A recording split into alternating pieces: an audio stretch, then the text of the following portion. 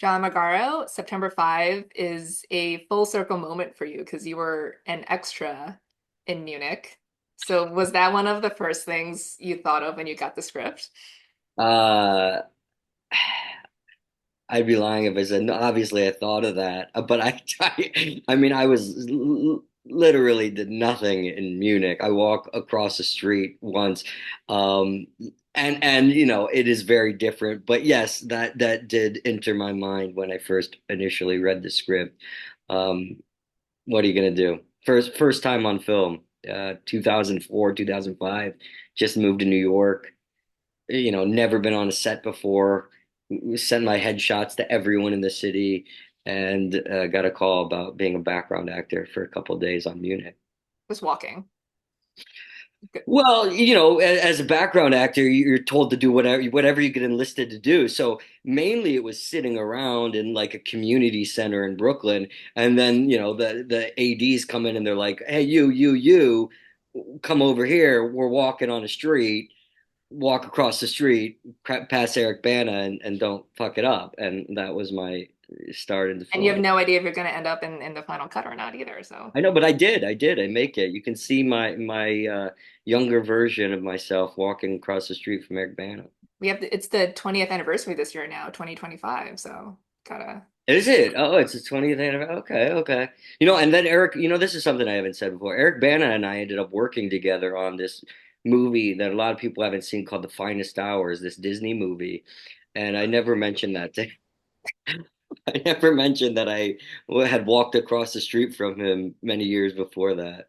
That's one of those things like, should I bring it up or not? Because he's definitely not going to remember it, you know? Yeah, I tend to go with don't bring it up. Just, keep it Yeah. professional. Yeah. Well, so when you got the script for September 5, was it like I gotta do this now, or did like you just have to read and see That what had it's that had about? no reason in my decision to do it. Right. I hope no actor decides things based on that. I don't know what kind of I actor you would be. probably do. I don't know. Yeah, that would be an awkward thing. No, I mean, one of the things that intrigued me was that it was totally different than Munich, and seen people be like, "Well, don't we have Munich?" I'm like, "This is a totally different story." I mean, we all know what Munich is about, and it's pretty much about the aftermath and how Mossad ended up hunting down the people who were involved. What intrigued me about it was that it was an entirely new perspective and really taught me stuff that I didn't even realize. I liked the idea that it was, uh, an examination of journalism, an examination of how, I mean, God, look what's happened in the last 3 days. Every day there's a tragedy, and it's shoved in our face in sometimes a sensational way. And this incident in Munich in 72 was kind of the roots of all this sensational 24-hour news cycle, how tragedies are relayed to us as consumers of news. So that was the more intriguing view of it, as opposed to this, geopolitical story of crises and revenge or anything like that. I like that sort of academic approach to it, and I also like Jeff's story being caught in between these two men that he reveres, in Rune Arledge, Peter's character, and Marvin Bader, Ben Chaplin's character. That dynamic for me as an actor was a rich challenge, and that's really what made me finally say yes to it. Yeah, I really love that aspect of it. That I think I like when I've mentioned the movie to people, a lot some of the reactions are like, "Oh, really? Like, do we need like a movie on this?" I'm like, "No, it's about the journalism aspect Exactly. and how game-changing this broadcast Exactly. was." And I do love how it's about the politics of journalism and like what you just said there, like Jeff being pulled between these two figures, like Rune who's going for like the emotionality of a story, like almost shamelessly Yeah. and Marv, who's like a stickler for the facts Yeah. and the journalism ethics. Exactly. Yeah. And I mean, that's what Rune did. He did change before this, before it was a tragedy. He was doing this in sports, just coverage. What he did with Wild World of Sports and Monday Night Football, and how he told the Olympics just in the week before, how he was portraying Mark Spitz. This whole dynamic of creating him into this hero as this American icon. It was really about telling the story. Who are these people? Give us a reason to root for them. And that, is how sports has continued. I mean, we just saw it this year with Simone Biles and her redemption. That is what he was so brilliant at and is still echoed in sports and also in news journalism today. Yeah, like he wants to build like the background of the people involved first before, and that's how you pull like the viewers in, right? And get them to keep I watching mean, it. it clearly works. It worked then, 900 million viewers. Obviously, the idea of life and death being shown on the screen, it incites our instinctive bloodlust, I think, that we have as human beings. But yeah, when you have someone to root for, it makes it a lot harder to flip the channel, you know? You get involved, you get invested, and it works. Yeah, for sure. Well, I know you met the real Jeff Mason as well. So how did you approach the character Jeff Mason after talking to the real Jeff Mason? And think about like what we just discussed. He's this ambitious producer caught between these and almost like an angel and devil in a way. Yeah, I think so. I think that's a good way to describe it. I mean, yeah, I was very lucky to be able to talk to Jeff Mason quite a bit and have, tons of access to photos that he had from the time, just his well of memories and which were so clear and so vivid and helpful. And then on top of that, he was able to get me into news control rooms. In our early conversations, it became very clear that I was going to have to get into sports broadcast control rooms because that language of calling a show is so specific. And I've been saying it's almost like learning an instrument or like learning to conduct an orchestra in a way. It's a very specific technical skill, and anyone who's been in those rooms can see through it. It's just like if you watch a movie and someone's playing guitar and you play guitar and you can tell right away if they really know how to play guitar or they don't. And it was very quick that I realized that that's exactly how this was. So I was going to have to spend as much time in this world and really learn it. And that was because of Jeff, also because of Sean McManus, who's Jim McKay's son and was the former head of CBS Sports and CBS News, a position I think only Roone had had before at ABC, ABC News, ABC Sports. And Sean McManus was on the ground that day. He was there in Munich, so he had great memories too. But Jeff was just really enormously helpful to me. He made it clear. I never felt this pressure to like emulate him in any way because people don't really know who Jeff Mason is. But I thought that ambition that he had, that innovation he had, because he had such innovative ideas on that day, and also his sense of humor. He has a tremendous sense of humor. Unfortunately, in our movie, there's not a lot of time for that, but hopefully, we get to introduce a little bit in the beginning, the playfulness between him and Marv at the beginning of the film. And I think that was the best way to kind of round out him as a character. Like you said, the angel and the devil, his innovation, his sense of humor, his sense of humbleness, and then also his ability to call a show. And all those components kind of went into my stew as I was, coming up with this guy. So after you went to real sports productions behind the scenes, like did you like practice at home, I guess? Like are you like Yeah, calling cameras at home? yeah, yeah, yeah, You yeah. work on the Totally. shorthand? Oh, totally. I was doing that. Yeah. I mean, like it's a little hard when you're at home because the cut happens, Yes. but your brain is processing it just like if you were listening to a song. It's like, oh, you're hearing the drum beat, you're hearing the guitar progression. So yeah, I was totally. And then the week I arrive in Munich, I just come from Berlin out with past lives, and I got COVID there. So I was stuck in a hotel or an apartment in Munich for a week, couldn't leave.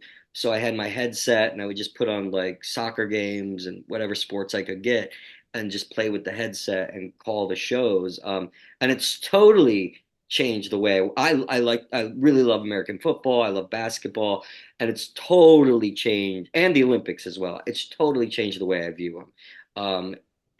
And for the better. It's much more interesting and even more exciting now. But yeah, I mean, that's one of the amazing things getting to do this job is that you get to learn new skills and also see things from a new perspective that you never would have even considered.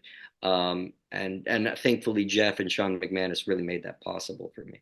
Are you thinking like now, like in between commercial breaks, are you thinking like, oh, what are they discussing? Like just what you guys were discussing in the You movie? know what Like, I Well, what really, not necessarily. I mean, if there's like something horrible that happens, yeah, sometimes you watch a football game and someone gets really horribly injured, and they cut away, and that there's a discussion happening in the like, what are we going to show? Do we show the replay of this? Because oftentimes nowadays they don't, which I don't think they should. I think showing someone's leg getting torn in a different direction isn't helping anyone. It's just sensationalizing tragedy. Um, yeah, I think about those conversations, but really what I think about is how quick a commercial break goes in a control room. When we're sitting at home, we're like, okay, get on with it. When's the show gonna start again? And it feels like an eternity. But when you're in those rooms, even if there is nothing crazy happening, it's so brief. It's just so quick. I mean, you just feel, okay, get everything done, and we're back on the air, back at it right away. There's no time for breath until the day's over. yeah. And you see that in the film too, because it just shows like how these guys had no time to think. Like they could discuss it, but they have to make a quick decision. And it's just relentless because it's go, go, go. And they can't even think about the consequences yet because it's Oh, like it's just a snap decision. I mean, that's what's I think interesting about revisiting kind of the genesis of this journalism that we have now. Um, there was an innocence in they were, in a way, they were ordinary people thrown into an extraordinary situation. They're sports broadcasters who were covering news from an innocent perspective, never having done this, never having had a broadcast like this shared globally via satellite, trying to come up with terms to call these people that never had existed. I mean, the terrorist, which is such a loaded term nowadays, and if you talk to Jeff or any of these people in that room, it wasn't an indictment. It wasn't as weighted then. It's just they had no idea what to call them. And, they were like, well, German TV is calling them that, so let's just go with that. And it wasn't thought of the consequences of what this is going to mean, and that this is kind of brushing over an entire group of people and painting an entire culture with one brush. That, I mean, there was no time to think. I think in hindsight maybe they would have given it a little more attention and care and sensitivity, but on that day it was just do your job, stay on the air, keep the story going. Do we show someone being shot on live TV? What are the limits? What is our responsibility? And they did the best they could with a very limited perspective, and it was like a submarine. It's like the cameras, their periscope, they're looking out, and they're trying to make history changing decisions from just a pinhole. And I think they did the best they could with what they had. Yeah. And same thing like at the end when Rune didn't want to wait for a second source. So it was like just go with as we're hearing, Yeah.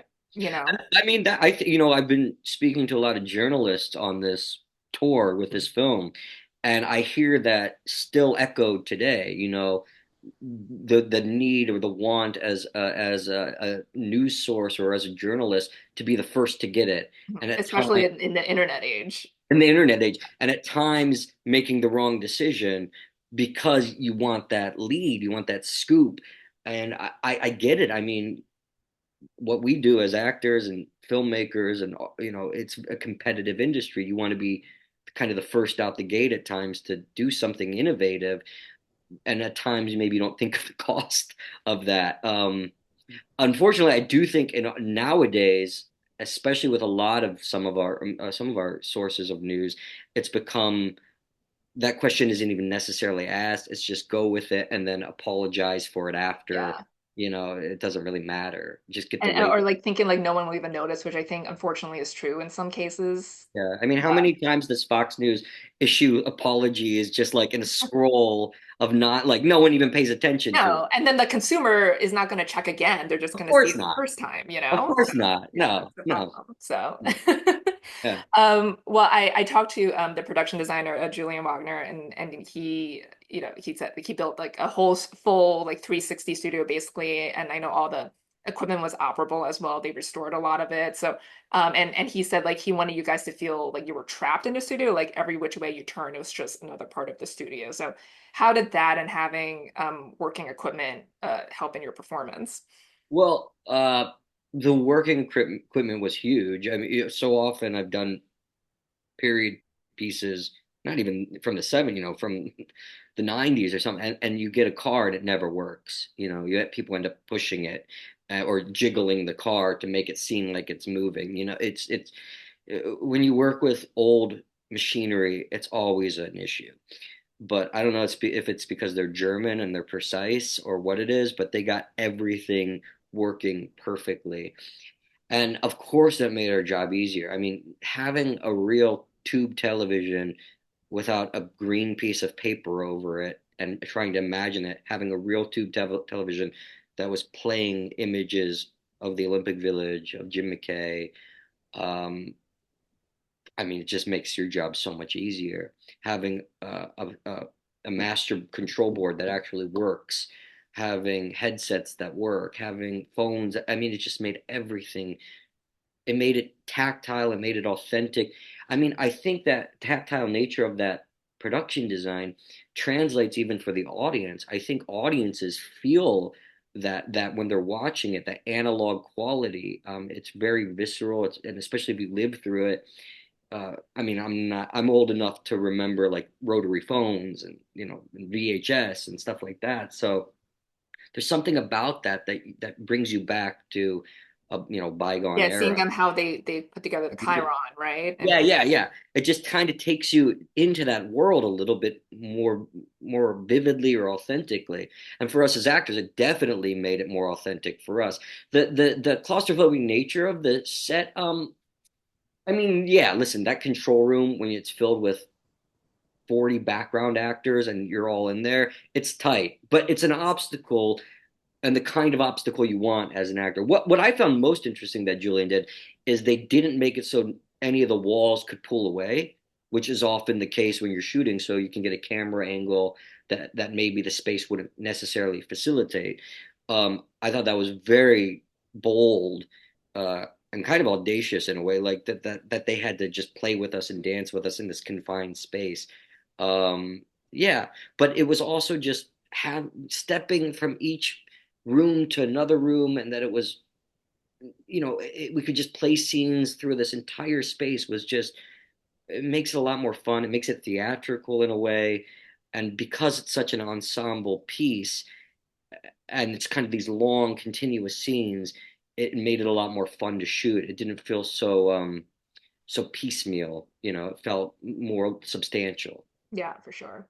I want to talk about your final scene with Leonie Benish, between Jeff and Marianne. I talked to her and also Tim Feldbaum, and they both said like the original scene was scripted way longer with a lot more dialogue, and it Mm. was you guys whittled it down because you guys decided like there's nothing else for them to say in this moment. So can you talk about like working through that scene and how you guys landed on that? Yeah, I mean, in my early conversations with Tim, we talked about this idea of making this almost just with utter honesty, utter authenticity, and that's something that I really love to tackle. I think the most truthful acting is the most challenging and the most rewarding to watch as a viewer. I think people throwing things or going to the extreme is flashy, but it doesn't necessarily speak to the human experience. It's cool, but I don't know if it resonates at a deep emotional core. So this idea of authenticity, of really honoring what these people went through, was kind of our mission statement throughout. So anytime we came to a point where it didn't feel like that was what we were doing, we all felt comfortable enough to bring it up. The first time we shot that scene once before, and we did it more as a scripted version because it was early on and it was like the end of the day. We had like 30 minutes to shoot this scene, and I think everyone was exhausted, so we didn't want to talk about it. But then we realized that wasn't what it was, so we came back to it. And at that point, Leonie and I were like, this is, she was like narrating the entire German experience. And again, going back to my conversations with Jeff, there was no time even on that day for them to really analyze what had happened. That's something that you have maybe 10 years down the road, 20 years down the road. It wasn't happening on that day. So we really in our conversations decided like what would you actually say in this moment? What feels appropriate? And we did exercises where we did that. We took a lot of time. I mean, it was like several, like 2 hours, which you don't often get on a film set. But it was a long discussion of what we actually needed, what tells the story we want to tell, what honors the German perspective of that generation without beating a message over the head and being, melodramatic or inauthentic. And we came to a place that made sense and we shot it. And, Tim, a couple days later, watched the dailies of it and he was so thankful we did this kind of difficult work to get it there because it was exactly what he wanted and it was exactly how we felt right about appropriate playing it, and it was a genuine collaboration. And although it was one of the hardest scenes, it's for me one of my favorite scenes watching because you feel that truthfulness of it. And yeah, that's only happens Yeah, when you and, have. and all she says is Germany failed again, and you understand like it's so Yeah, there's loaded. no need. There's no need to go into much more than that. I mean, that says it all. So we get it. Yeah. Well, like you were saying before, like we're now these days we're so desensitized to graphic images and just days ago the horrible attack in New Orleans. How did this making this movie change the way you've consumed media? Like I really, it's tough. I used to start the day with the news on in the morning, sometimes leave it on all day, just watching the same thing on over and over and over again. And I can't. In fact, I woke up this morning and I was, dealing with my daughter and stuff. And my wife doesn't really watch news, not like how I did. And she had the news on. And I was like, why are you watching the news? And she's like, "Oh, I don't know. I just wanted to put on." And we were going through all the stations and we're just kind of criticizing. We're like, it's so awful. This like 24 hour, like all these stations. So then we found went to Reuters, and we're like, it's still tough to watch. Like, so it's just it's really difficult. I mean, I'd much prefer reading it and limiting it. Like I get what has happened in New Orleans. Showing the car going down the street 7,000 times on TV is not helping me make any better decision. Showing the crash, Jeju Airlines crash on TV over and over again is not helping anyone. So it's just changed my perspective on it. And I think for a lot healthier, a lot less anxiety inducing. I think, there's a nature in people to just want to be angry watching it, watching the news, or want to, get that anxiety, that feeling. And it doesn't help us make better decisions. So, I hope when people watch this, they maybe reevaluate their own consumption of that kind of tragedy and news. Yeah, for sure. Well, on a totally different note, you're currently on the agency, but you've got some highly anticipated movies coming up as well. The Bride, a reunion with Peter Sarsgaard, and The Yeah. Mastermind, a reunion with Kelly Reichardt. So what can you tease about those? The Bride is gonna be wild and insane. I like trying to describe it it's like a Gene Kelly or Fred Astaire, Ginger Rogers mixed with Bonnie and Clyde, Badlands mixed with uh Frankenstein, obviously mixed with like young Frankenstein. It's just like this wild vision from Maggie's mind, and obviously an amazing cast. I mean, I won't name them. I'll let people look them up, You could but go on IMDb. It's it's great. not a, it's not, it's no slouches in that cast. No. It's a pretty good cast. And I think that comes out in October. She's hard at work on it. She's still getting it together. It's a big one, so there's a lot of work to be done. They still have to score it. They still have to obviously go through all the posts, the color correction, the sound, but it's shaping up. Mastermind, I just finished that right before the holiday with Kelly. Josh O'Connor is our lead in that, and I believe he does a great job. And then it's about an art heist in the 70s. It's Kelly's first time writing her own script. She writes, but usually she has a collaborator. Usually it's John Raymond. This is her first thing she's done on her own. It's a really fascinating script. It's a great cast as well. Um, I think it's going to be another, great film from Kelly. Um, And then one other, and then obviously The Agency. People tune in on Fridays, keep watching The Agency on Showtime. And then I have a film that I hope people will take note of. It's called Omaha. It's premiering at Sundance in the competition, and it's a really beautiful, tragic story. And I'm excited for people to see that next Ooh, year. that's with the Talia Balsam, right? Yeah, Talia. It's myself, Talia, and two kids. And Talia, I've known for ages. We've done a lot of things together, and I really enjoy working with her. She's a tremendous actor, from good pedigree as well. Her father, obviously, one of the great character actors, and I always enjoy working with her. Well, can't wait for all of them. John, it was great speaking with you. Thanks so much for your time, and thanks again. All right, hopefully I'll see you soon.